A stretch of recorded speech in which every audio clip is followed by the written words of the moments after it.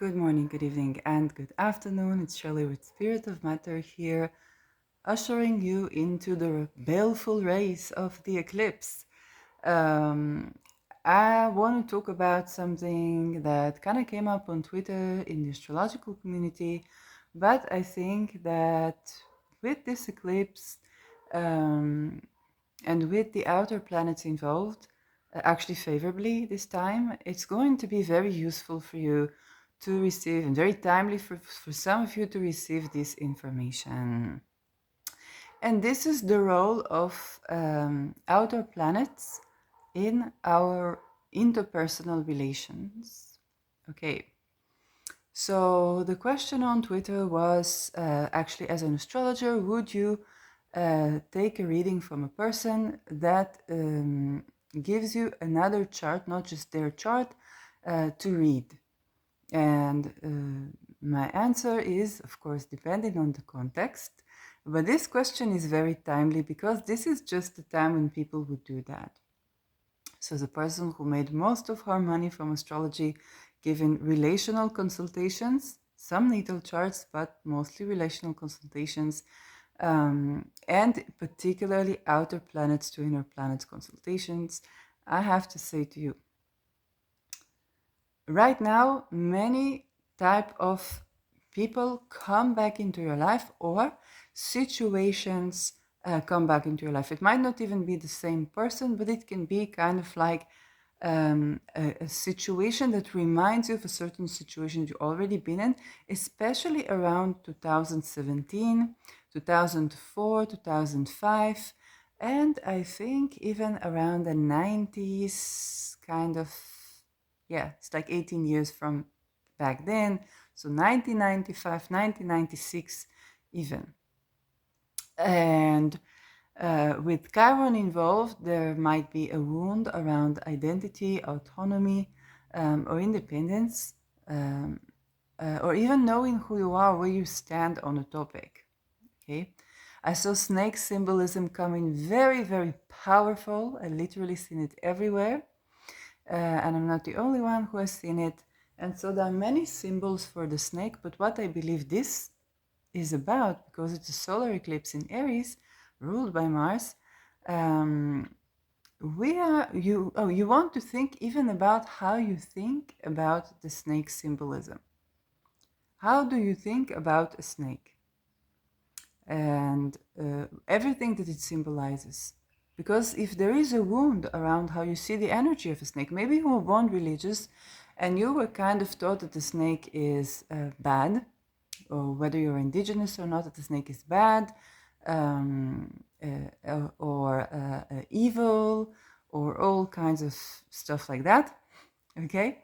Then you want to kind of refresh or maybe learn from other cultures of how they see the snake symbolism.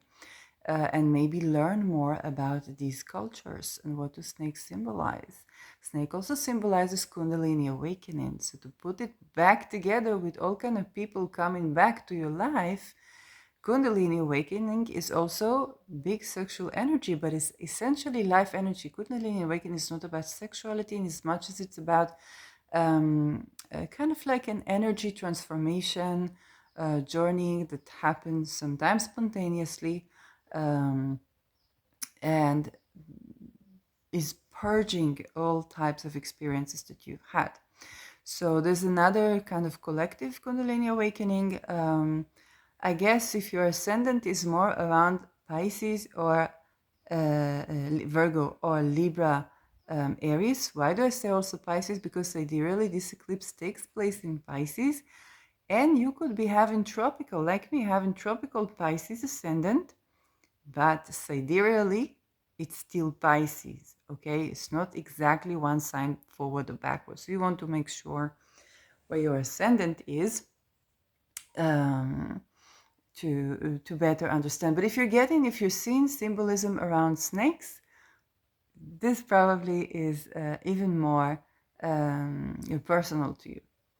And the question is, what happens when we have such a connection that for one reason or another, we feel kind of compelled to bring about a change yes, in somebody more than just us. Usually in relationship, we change ourselves and the other person grows with us, or we grow apart. But now we're compelled to bring a change that is not just to us. This is an outer planet. And what most people, when they encounter this at first, okay, when I was in 2007, this happened to me, and I was like, oh my God, I took all this energy on one person, never again. What they are compelled to do this is to turn to the person. Another form you could have this is where people are cheating and they think that this is about the person, that they have the affair because of the person. Whereas actually, many cases is Uranus, but it's actually the energy. Okay, it's kind of like a Kundalini awakening. You fall in love or you have, some good sex, but it's basically about liberating you and ushering you on your new path, what you're supposed to do.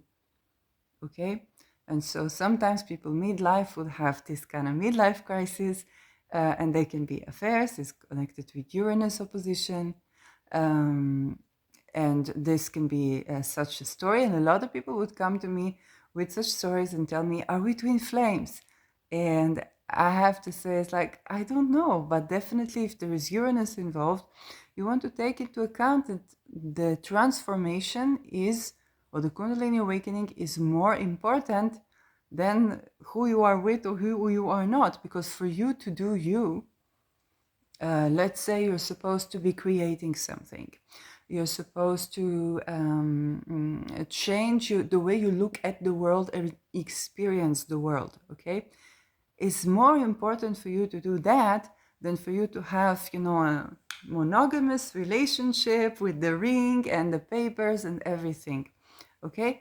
And so this is the why and how these things happen sometimes. Another thing is where you have like a Pluto or even Neptune issue where you feel that this is about this person. There can be power struggle involved. This is about this person. And because of the nature of Pluto, it's not about this person, it's about a certain change. Now Pluto is in Saturn sign, so structural change that you are meant to bring about to the world around you. And so what I suggest you to do, instead of turning this energy to the person, okay, I want you to start saying everything you have to say, okay, to the world, not to the person, to the world. One of the ways in which this happened to me, as I began to learn, for example, about gaslighting and about, kind of like psychological manipulation, okay? And so instead of trying to communicate with the person that communicates in this way for whatever reason, some of them were taught this communication type in their own networking. Okay, that's just how they learn to communicate. You need to say this to the world. So the world can identify, and you will see sometimes before you met this person or before this person came back to your life, you began to speak it, you began to do something about it, but then you neglected it, you forgot it. Time just passed. Okay? And as you have kind of like a trigger coming in to ignite you to begin to do it again. I want you to think about 2007. I want you to think about 2017. I want you to think about 2004, 5, or 6. Yes, for example, when I was working in a credit card company and something was not to my liking, I was very pissed. At first I said, move me to, I don't know, the typewriters. He says, yes, they're all bitter women that you're not going to enjoy it there. They just not at all your type. And I said, okay, eventually we left the region. I said, I'm leaving. And now I'm talking about this again, following the 2008 crisis, following what I see happening in not just the subprime, but the entire credit score culture. And this is happening, 18 years, 18 years following that. Being called to talk about this again and again and again. So this was just something that happened in a situation in a workplace. Yes, but it's not about talking to that workplace. It's talking about this to the world. And so, on a more, let's say, positive level, um, the riches of astrology. Okay, how astrology, for example, keeps me centered and allows me to look at my chart. For example, if you would come to me, I'm not currently giving readings, I have to admit, it's not marketing in that way. But if you would come to me, let's say for a relationship reading, I would not ask immediately for what is the chart of you and the partner. I would ask you, I would look at your chart, because many of the all of the answers are in your chart. The other chart is kind of like a validation. Is this person bringing mostly good things to you and the crises you deal with in a way that is growth and nourishment?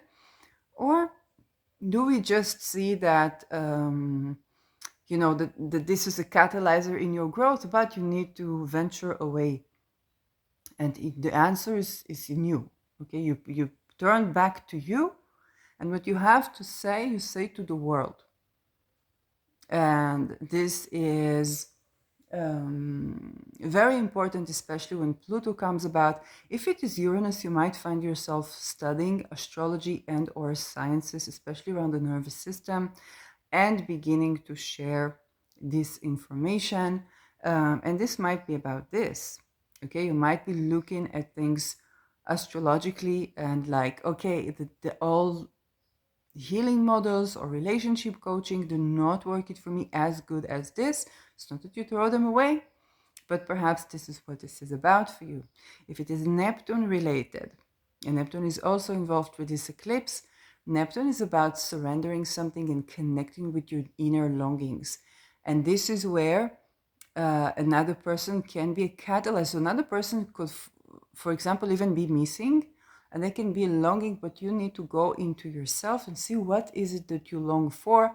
And lo and behold, you will meet this longing somewhere along your path. This need will be met somewhere along your path in ways you were not expecting this to happen. And things are often going to just happen with Neptune. It's a great manifester. Again, it dredges up things from kind of like the well of the cosmic waters pre-creation and brings them into creation. This is the power of Neptune. So for a lot of you, I just saved you an astrological reading. Okay?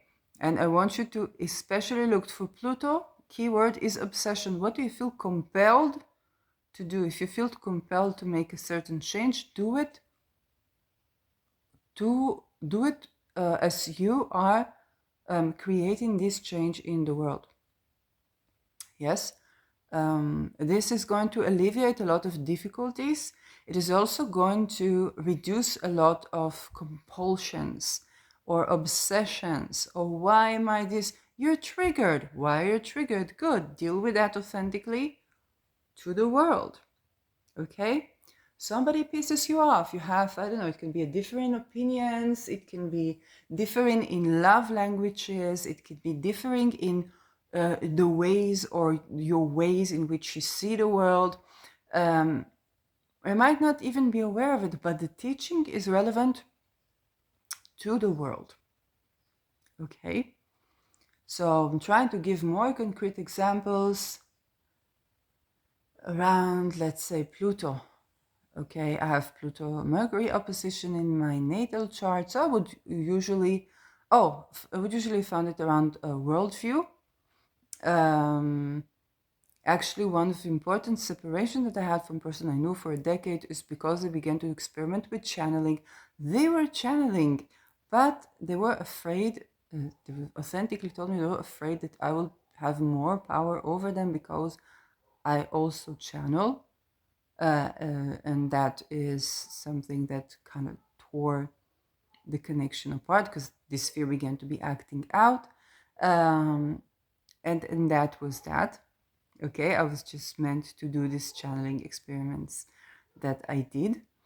And it was meant so that this is separating. Okay, now if you were the type of person that tries to change the other person, you would basically, this would be the worst thing to do. It would be the worst thing to do, because you would put the energy of an intergenerational planet on a person. I made this mistake in 2007, and never again. It's not because I was or wasn't right, it's because it's so much energy, it is not compatible for one person. This is energy for a generation, it's an energy of alignment. This would later lead to things like understanding what gaslighting is. And when you get that, then you're also not angry at what this person did off. This is just a human mistake, but it hit you with the force of an outer planet, okay? Because it was such a blind spot for you that people do this, that people do this, okay? But this is just so true. So this is a quick shortcut to having the transformation and the growth with more love, okay?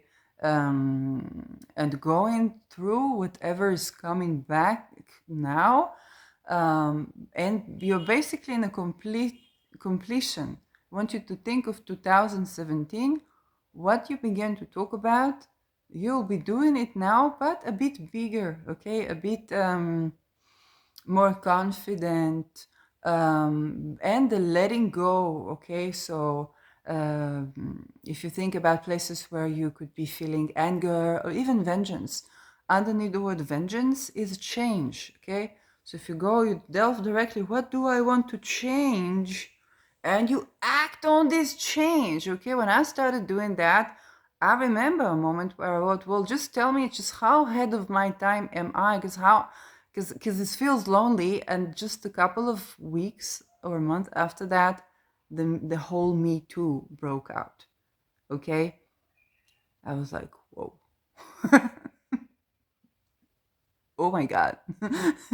Okay, so this is acting, and this is also acting courageous, because it's going underneath the anger, underneath anything that could have developed into vengeance, and say, what is the change that needs to happen here? Acting on that change. Acting on that change. This is a part of the snake energy. It's not about getting into cycles of anger. It's not about vengeance. What needs to change? And then you get to the core of what needs to change, and you begin to send this message out to the world. And so whatever people come about into your life or come back into your life right now is more like there's this process. Now you're going deeper into what needs to change, and you act on what needs to change. This is also why I said, do not be tempted to try even to silence people under these eclipse energies. Oh my God, no, no, okay, no, because it's fated for things to unravel, and it's easier to allow this transformation to take place. And sometimes you see that your greatest fear, even the fear of exposure, you see that you are met with way more compassion than you ever imagined when you actually tend to that, even so much as tend to that. Okay, and you see that you are far less criticized even than, or judged or misunderstood even than what you had assumed to be. So if I take it, let's say, back to the Me Too, there's a lot of the question of how do we find, let's say, a workplace in which we feel good? What do we want? Or how do we find a situation where our sexualities are respected? Maybe we need to go deeper into our own desires. Okay, maybe we need to go into the own desires, the sex that we do want, the relationships that we do want. Okay, it's big changes. Then women began to speak with their vaginas, and men were like, "This is crazy. My wife's speaking with her vagina. What do you want her to do?" You much prefer her to do this than to try to change you and go bitter and complain about you and judge you. Okay? She just talks to her vagina. It's like, I want to do that. And like, the fuck happened with you? You prefer it in this way. And also, you will also have such thing. And juicy detail, just thanks to Laza Duncheva, this eclipse is also on the penis of the ram. So a lot of penis symbolism. Not only is it ruled by Mars, Mars is very strong, but this is also a great opportunity to remove all those perception of literally the penis and the penis symbolism, and to remove everything that is causing discomfort, trauma, fear. One of the things I did when after Me Too, I went to work for basically sex education industry. And first they had the courses like for the women, and then they had the courses for the men. One of the things that were taught in these courses is to deal with any trauma, let's say you're a woman that likes penis people, that you may have around penis. To get both to get educated, what your expectation, what this, what that. This is a great opportune time to do these things, regardless of you're a penis person or whatever between your legs, is a great time to do these things. Okay, I can tell you, for example, in Israel, there was a lot of the symbol. They just painted penis all over before 7th of October. And I was just thinking, I would see that, it's like, hello. It's because they try to make us what? Afraid of penis? Later they want to have sex and what? We don't want them anywhere near around us? This is stupid. It essentially is stupid. But now is very opportune time to have these eurekas and understand that even this is psyop. Neither vagina people nor penis people should be ashamed about being a sexual person. And this is how we practice willing consent. Okay, because the sexual violation is associated with the shame and the blame, and the willing consent is basically about the removal of the shame and the blame around a sexuality. Okay, and so all these themes are also coming about again. What more can I tell you? This is an eclipse around the wound around autonomy. So what I say to you might be more or less difficult, okay? What you want to do is to act more on the steps of asserting yourself and expressing yourself, whether creatively, and it's going to feel vulnerable, and it's going to feel even like anxiety sometimes. I'm not saying it have to be like that, but you may experience this due to the presence of Chiron. Okay, you're venturing into new territory. You might have a wound around, you might have fears, or fear to be ridiculed, or fear to be exposed, or fear to be criticized. And I want to give you a good tip if this is the case for you, because a lot of you will be starting fated new beginnings, but they are catching up on something that has you've already been doing that. You're just not going to be doing that bigger. And even more confidently, because you understand that this is true. You understand now how true it is. Yes, in 2007, I had a case. There was violation of my sexual boundaries. I don't say it with blame, saying this is what I experienced, and with all the side effects of this, yes. But immediately I understood that my vagina knows, my sexuality knows, there's something here is off, and I was listening to my sexuality. It would be a decade and a half later that I would be going into the sex education industry and learned, hey, can you talk to your vaginas? I'm like, I have no idea how it's done. Okay, and when I tried this, I received very weird things, both omens and trying to interfere with my communication. That makes like really that kind of stuff. But it was kind of like that was nobody was talking about this, and I was like, there's some wisdom in there. Is it also true for penis people? And yeah, people, those that tried do say this is also true. Um, you want to think about how we used to, let's say my generation, I was born in 84. Then the older elders used to say, oh, if a man, he's thinking with his penis, not thinking with his brain. Yes, but then at the roundabout of this, it's like, oh, you connect with your sexuality, you learn to connect with your sexual organs, and you actually see wisdom there. Or when, for example, you're not like erect, this is because you're incompetent.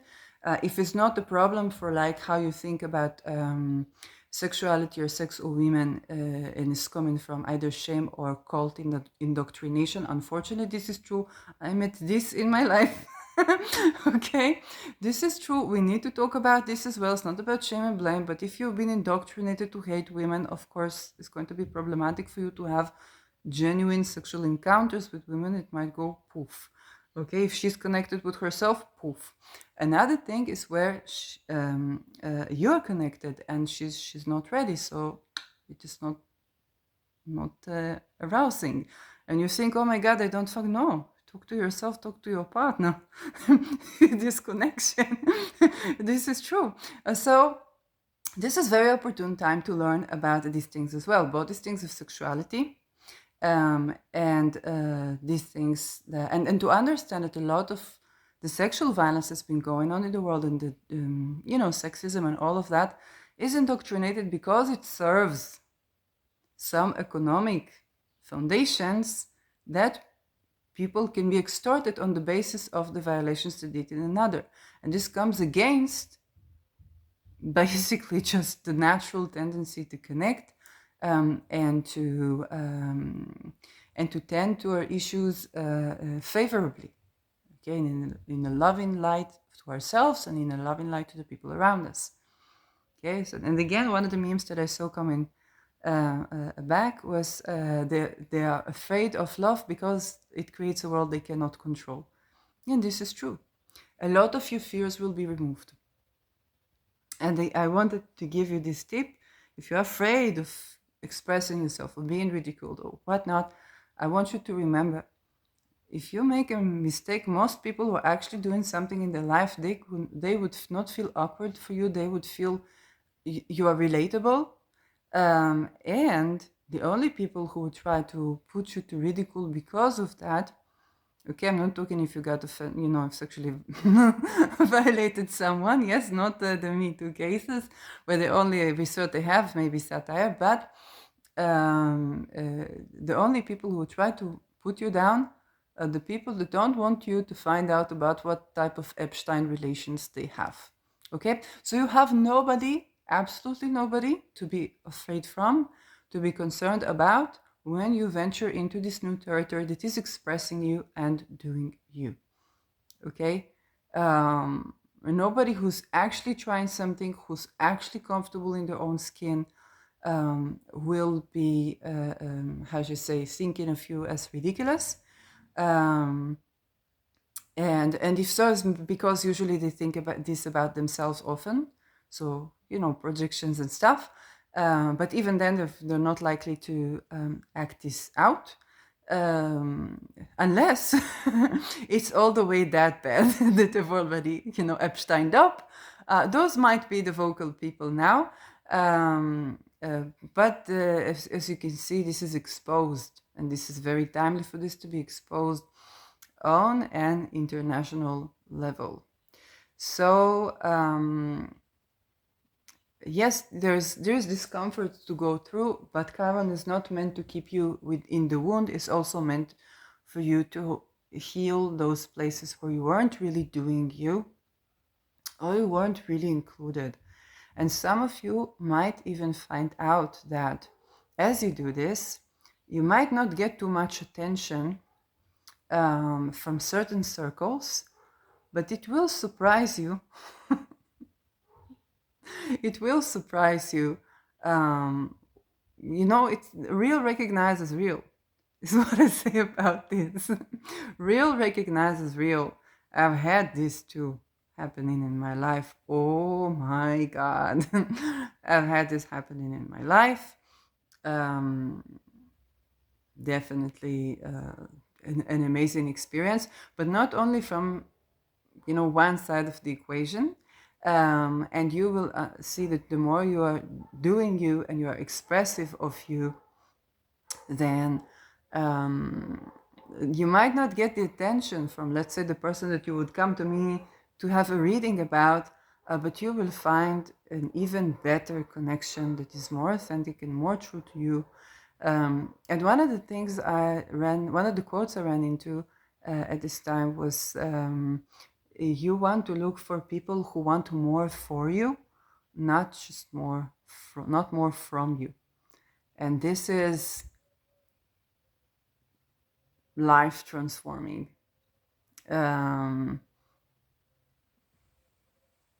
This is something that's very interesting. So yeah, and of course to be that person. So I think that a lot of you might find solace in these words and in this video, and this is why I'm posting this type of content again. And this is something that has helped me tremendously to venture on new paths in my life, and to do so, it's not about, this year is the year of the dragon. It's not about stepping on anybody's toes, but it's also not about letting people step on your toes either. It's where we really are learning to be true to ourselves. This is how a lot of truths come out to the world. And sometimes you see that the demon is not so scary. The worst demon in astrology is considered Algol, Medusa Gorgonis. She's not a monster. She's basically a woman, a very sensual woman that went through sexual boundary violation and became a protective talisman. But she's also a talisman of wealth. So when you do give reverence, then she's also a talisman of great wealth. So it's nothing to fear from. Basically, okay? You might not think it, but when you do delve into these topics, you will see that, oh my gosh, sometimes the issue is so simple. Like today I found out, Bill Gates was actually a member of like a family cult or something like that support eugenics. And I'm like, oh, that makes so much sense. And he's doing things even in medicine. Whenever he tries to venture into something, he has eugenics in mind. And so this degrades the whole thinking process. Whereas if he had biodiversity in mind, it would be a whole other picture also for him. And then there are other videos that came out, with these, with these topics of, again, biodiversity versus eugenics. And even addressing the fact that you think that abolishing child trafficking is difficult because of the consumer side, but it's actually not so. It is actually, people will seek help and people do seek help, but it's the problem that the healing profession forbids them to help people because the children that are extorted are used as trust card, and so the children are considered expendable, but also the users, okay, are considered expendable. And you see how many people, let's say in the music industry, but also politicians, are being exposed for doing these things. And you understand they could not be politicians if they didn't participate. But they could not be musicians if they didn't participate. Okay? It's not to take down from the accountability, it's to understand how the structure here is important. And so what happens is the leaders become expendable. Not children, not people, and not leaders are supposed to be expendable. Yes, we're supposed to have elections, or we're supposed to change our representatives every now and then, but it's not about the person becoming expendable. Again, this structure where people are expendable leads to democide, not just genocide, it's democide. But this is the structure of thinking of eugenics. And what do we know about eugenics? It degenerates everything. It degenerates everything. Even the richest family in the world, the Rothschild family that we know of, probably not the richest, but this is the one that we know of, They used to practice eugenics, and at a certain time, they began to practice biodiversity. They began to marry outside of their own family in order to learn, to grow, to expand their horizons, and this would also support their immune system. Okay, so you might not like the Rothschilds, but the basic of whether you do eugenics, okay, and you end up like, you know, Bill Gates, kind of like you did a very big thing, but you it was not demonic in the sense of because demonic is not bad. It's just not good for humanity. Okay, it's just not good for humanity. Or whether you actually learn from other cultures and consult and adapt yourselves. Yes, like other leaders do. Some other leaders, they do adapt themselves. They do check to see where does their value align with other people's strategy in a way that can create coalition. Okay, maybe they're aligned with some sources that are on good basis, some not on good basis. Yes, but it's also important for us to abolish this child trafficking and expendable children. It doesn't matter what you name it. You can name it MK Ultra, but you can also name it the kidnapping of the Yemen children, or the kidnapping by the welfare, or the Muhammad sleeping with 6 years old Aisha and child brides and honor killing, or the Epstein pedophilia ring. It's the same phenomena in different colors. That this is the change that needs to happen. We can stick to, I don't know, Puff Daddy, or people say JC, or this or that. We can stick to the names, but we have a structure, we have a phenomenon. What other structure that's better for humanity? What other type of trust can we create that is better for humanity? There's not trust based on extortion, but, you know, connection, rationality, I don't know, okay, with the understanding that there are certain structures in our lives that need to be there, that whenever they are there, they enable better decision making, and we want these structures. Okay, it's not about trying to be a superhuman, but to, for example, housing first. When people have house and food, they are less recruitable to, you know, all the types of stuffs and things, where people are taught to find curiosity in the little things, like this person that, you know, during when when our city was bombed, all I was doing is, because we still had the internet, fortunately, so I was watching a video about the person who taught geese to fly again. So he basically built a certain mini plane, and then was traveling with the geese over, created connection with them over. It's like this, people won't get bored. They'll find stuff to do that's stemming from connection, from caring, from joy of living. Yes, we should not be afraid of abolishing wars and bloodthirst and trafficking and torture and the like. So when you actually tend to things, you delve into the what's underneath the anger, the vengeance, because underneath the vengeance there is a desire to change. You touch on that desire to change, and then you touch on your innovation and initiation, which is Aries, and you just act on what you do want. So it's easier said than done, but this is about the process that we are going through right now, again in completion for, let's say, 2017. So yeah, hope you find this useful. Bye.